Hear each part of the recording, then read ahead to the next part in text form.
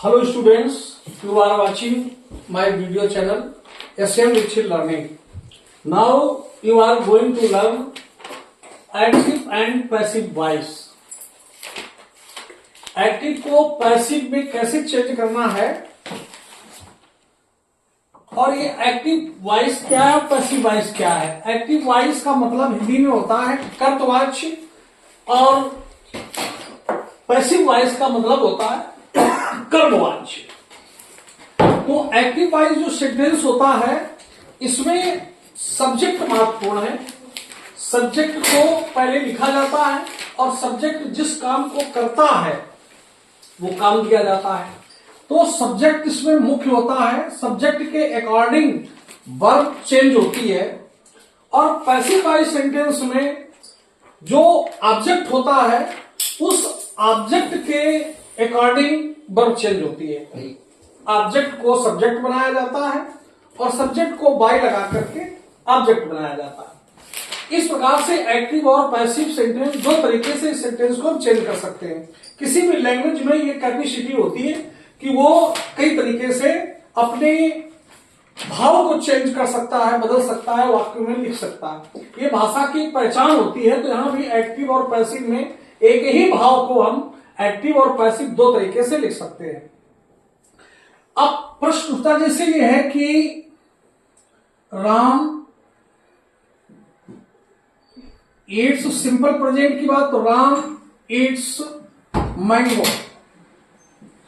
Ram eats mango, Ram आम खाता है। तो Ram here subject, Ram subject है और ये ईटिंग करता है, खाता है, ये वर्ब है। और सिंपल प्रेजेंट में वर्ब में यस या ईएस लगता है जब सब्जेक्ट सिंगुलर हो। Ram is here singular subject. So यहां ईट्स वर्ब को भी यहां सिंगुलर बनाया गया है। जनरली जो वर्ब्स होती हैं वो प्लूरल होती हैं और उनको सिंगुलर बनाने के लिए यस या ईएस जोड़ा जाता है। शेष जो वर्ड होते हैं, जो नाउन वर्ड हैं, ये वर्ड जनरली सिंगुलर होते हैं और इनको एस या ईएस जोड़कर या दूसरे और सिस्टम से प्लूरल बनाया जाता है। तो थोड़ा ये अपोजिट होते हैं एक दूसरे के, कि ये ईट को हमने एस या ईएस जोड़कर सिंगुलर बनाया है और अगर सब्जेक्ट को या मैंगो को हमें बनाना तो ईएस जोड़कर हम मैंगोज को प्लूरल बनाएंगे। तो यहां ईट्स सिंगुलर सब्जेक्ट के कारण ईट्स आया है। तो यहां वर्ब है कि राम ईट्स मैंगो। अब राम क्या खाता है। अब ऑब्जेक्ट को पैसिव वॉइस में ऑब्जेक्ट को पहचानना भी बहुत जरूरी है कि हम ऑब्जेक्ट को कैसे रिकॉग्नाइज करें कि सेंटेंस में ऑब्जेक्ट है क्या। तो ऑब्जेक्ट को पहचानने के लिए, क्योंकि ऑब्जेक्ट दो प्रकार के होते हैं, जो ऑब्जेक्ट हैं वो दो प्रकार के होते हैं। एक ऑब्जेक्ट होता है डायरेक्ट ऑब्जेक्ट और एक होता है इनडायरेक्ट ऑब्जेक्ट। इनडायरेक्ट ऑब्जेक्ट, दोनों ऑब्जेक्ट को पहचानना जरूरी है। डायरेक्ट ऑब्जेक्ट और इनडायरेक्ट ऑब्जेक्ट को कैसे पहचानेंगे।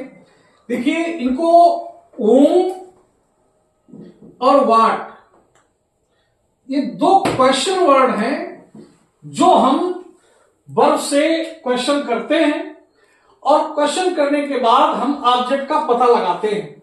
जैसे है राम ईट्स मैंगो, तो राम क्या खाता, अगर हम पूछे कि what does Ram eat, what does Ram eat, answer will be Ram eats mango. Answer will be mango. तो mango will be object, mango will be object. तो व्हाट के क्वेश्चन, व्हाट के आंसर में जो आएगा वो आएगा डायरेक्ट ऑब्जेक्ट। क्या आएगा, डायरेक्ट ऑब्जेक्ट आएगा, डायरेक्ट ऑब्जेक्ट आएगा। और होम के ऑब्जेक्ट में क्या आएगा, वो आएगा इनडायरेक्ट ऑब्जेक्ट आएगा। जनरली ये जो ऑब्जेक्ट आता है ये निर्जीव होते हैं और ये सजीव में से आते हैं, जो होम से आते हैं। अब कैसे होम का प्रयोग कैसे करेंगे। जैसे Ram gave me a book, Ram gave me a book, Ram ने मुझे एक किताब दी। तो अब राम ने, अब अगर हम कह दें कि whom did Ram give a book, Ram ने बुक किसको दी, तो किसको में क्या आएगा, मी आएगा। किसको में क्या आएगा, मी आएगा कि राम ने मुझे एक पुस्तक दी। तो अगर हम whom का क्वेश्चन करेंगे कि whom did Ram give a book, Ram ने किताब किसको दी, आंसर विल बी मी, मुझे। तो मुझे कहने का मतलब हो गया कि मी क्या हो गया, ये इनडायरेक्ट ऑब्जेक्ट हो गया।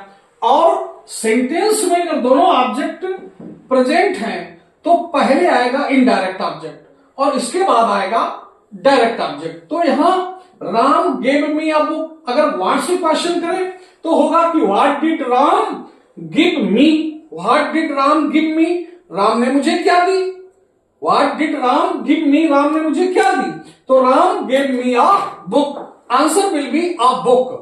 तो अ बुक व्हाट के क्वेश्चन में आया तो डायरेक्ट ऑब्जेक्ट आ गया अ बुक। तो अ बुक डायरेक्ट ऑब्जेक्ट है और व्हाट के आंसर में आया है तो ये डायरेक्ट ऑब्जेक्ट हो गया और ये इनडायरेक्ट ऑब्जेक्ट के बाद में आया है। तो ऐसा कोई रूल नहीं, जनरली ये आगे आता है, लेकिन अगर इसको पीछे ले जाना चाहेंगे तो ये पीछे भी जाता है, लेकिन इसमें हमें प्रीपोजिशन का प्रयोग करना पड़ता है, टू या फार का। जैसी जहां रिक्वायरमेंट होती है तो टू या फार को लगाकर हम इसको मी को पीछे भी ले जा सकते हैं। तो ये चेंज हो जाती है, अपनी जगह चेंज करता है, लेकिन चेंज करने के लिए प्रीपोजिशन की नीड होती है, लेकिन हो सकता है। तो Ram gave me a book, तो Ram gave a book to me. अगर हम ऐसे लिखना चाहें तो लिखना पड़ेगा Ram gave a book to me, तो ये बाद में चला जाएगा। अब आइए, तो अब ये पहचान लिए होंगे कि डायरेक्ट ऑब्जेक्ट और इनडायरेक्ट ऑब्जेक्ट, तो जिसमें ऑब्जेक्ट दोनों होते हैं। अब देखिए ये क्या है कि ये जो वर्ब है, ये वर्ब की कुछ वर्ब जो होती है वो ऑब्जेक्ट लेती है और कुछ वर्ब जो है वो ऑब्जेक्ट लेती ही नहीं है, जिनको कोई ऑब्जेक्ट की जरूरत नहीं है। तो जिनमें ऑब्जेक्ट की आवश्यकता नहीं है, रिक्वायरमेंट नहीं है, उनको हम पैसिव वॉइस में चेंज नहीं कर पाते, क्योंकि उसमें ऑब्जेक्ट ही नहीं होता है। और जिसमें ऑब्जेक्ट होता है उसी ऑब्जेक्ट को हम सब्जेक्ट बनाकर पैसिव वॉइस में चेंज करते हैं। ये भी ध्यान रखने की जरूरत है कि हम सबसे पहले ऑब्जेक्ट को पहचानना और सब्जेक्ट को पहचानना आता है, तो ये हम आसानी से इनको एक्टिव और पैसिव वॉइस में आपस में चेंज कर सकते हैं। अब ये ऑब्जेक्ट पहचान लिए, डायरेक्ट ऑब्जेक्ट पहचान लिए, इनडायरेक्ट ऑब्जेक्ट पहचान लिए। अब देखिए कि सिंपल प्रेजेंट में किस प्रकार से हम इसको चेंज करते हैं। अब जैसे यहां है राम इट्स मैंगो, तो अब हमने पहचान लिया कि मैंगो ऑब्जेक्ट है। तो अब इसको बनाते समय अगर यस या ईएस लगा है तो यहां क्या है, इज, एम और आर का प्रयोग करेंगे और वर्ब को थर्ड फॉर्म में ले जाएंगे। वर्ब को कहां ले जाएंगे, पैसिव वॉइस में जो वर्ब होगी वो थर्ड फॉर्म में ही आएगी। तो अब पहले मैंगो आ गया, मैंगो। अब मैंगो एक मैंगो है तो इसलिए मैंगो इज, अब इज आ गया क्योंकि सिंगुलर में इज लगेगा, आई के साथ एम लगेगा और प्लूरल में आर लगेगा। अब ईट है, ईट का थर्ड फॉर्म प्रयोग करेंगे, ईट एट ईटेन। तो मैंगो इज ईटेन अब बाई राम, बाई लगाकर सब्जेक्ट को लिखेंगे। तो राम ईट्स मैंगो और mango is eaten by Ram. तो ये वेरी सिंपल है, इसमें से कोई प्रॉब्लम नहीं है। बस ये ध्यान रखना है कि ये सिंपल प्रेजेंट है और सिंपल प्रेजेंट में जो वर्ब है वो देखना है कि इनमें कौन सी ऑक्सिलरी वर्ब का यूज होगा, इज, एम, आर, और जो बेस फॉर्म है वो थर्ड फॉर्म में हो जाएगा। जो यहां ईट है वो ईटन हो जाएगा। तो mango is eaten by Ram. अब है they give me a lot of books. They give me a lot of books, they give me a lot of books. अब इसमें दे यहां प्लूरल है, उसके अकॉर्डिंग यहां गिव आया है, यस या यस नहीं आया, क्योंकि गिव प्लूरल है और दे भी प्लूरल है। तो प्लूरल सब्जेक्ट प्लूरल वर्ब, तो दे give me a lot of books. अब यहां देख रहे होंगे कि दोनों प्रकार के यहां ऑब्जेक्ट हैं। मी इनडायरेक्ट ऑब्जेक्ट है और लॉट ऑफ बुक्स क्या है, ये डायरेक्ट ऑब्जेक्ट है। तो आप बना सकते हो, किससे बनाएंगे, ये लॉट ऑफ बुक्स को, ये ऑब्जेक्ट है। तो हम पहले क्या करेंगे, जैसे दे give me lot of books, पहचानने का तरीका बता दिया कि whom do they give a lot of books, way lot of books किसको देते हैं, तो आएगा मी, मुझे देते हैं। तो इसलिए मी क्या हो गया, ये whom के आंसर में आएगा, तो whom के आंसर में आने पर ये इनडायरेक्ट ऑब्जेक्ट हो जाएगा। और व्हाट के अब है कि what do they give me, what do they give मी, मुझे वो क्या देते हैं, मुझे वो क्या देते हैं, तो दे give me lot of books, और लॉट ऑफ बुक्स आंसर में आ जाएगा कि मुझे किताबें देते हैं। तो lot of books direct object हो गया। तो प्रेफर करिए डायरेक्ट ऑब्जेक्ट से बनाइए इसको। तो a lot of books, a lot of books. अब यहां बुक्स के साथ प्लूरल है, तो इज एंड आर में क्या यूज करेंगे, आर यूज करेंगे, आर। तो a lot of books are given, are given, a lot of books are given me by them। तो a lot of books are given me by them। इस प्रकार से जो सिंपल प्रेजेंट था, simple present को बनाने के ये तरीके हैं कि इसको कैसे बनाएंगे। तो इज एम आर का प्रयोग करेंगे, वर्ब का थर्ड फॉर्म आ जाएगा और इसमें कोई चेंज नहीं करना है। अब सेंटेंस, अगर ये सिंपल प्रेजेंट था, अब अगर ये इसमें अफर्मेटिव सेंटेंस थे, ये कैसे थे, अफर्मेटिव सेंटेंस थे। अब सेंटेंस अगर हम चेंज कर दें तो हम निगेटिव सेंटेंस ले लें, निगेटिव सेंटेंसेस ले लें।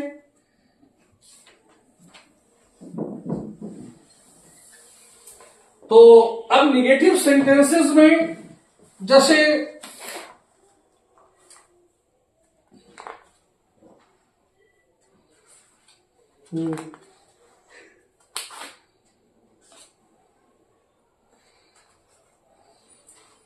कोई सेंटेंस लेते हैं लॉट ऑफ, अच्छा ये निगेटिव सेंटेंस में है, जैसे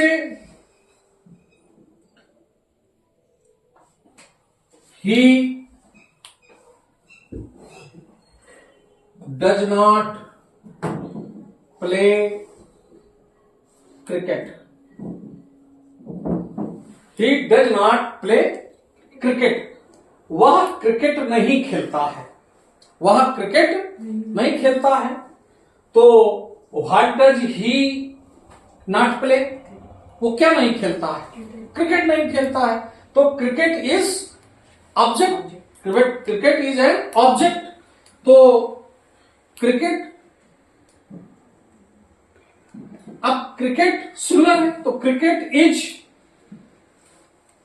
क्रिकेट इज, अब इसके बाद नॉट, डच का प्रयोग नहीं करेंगे, cricket is not played, cricket is not played by him.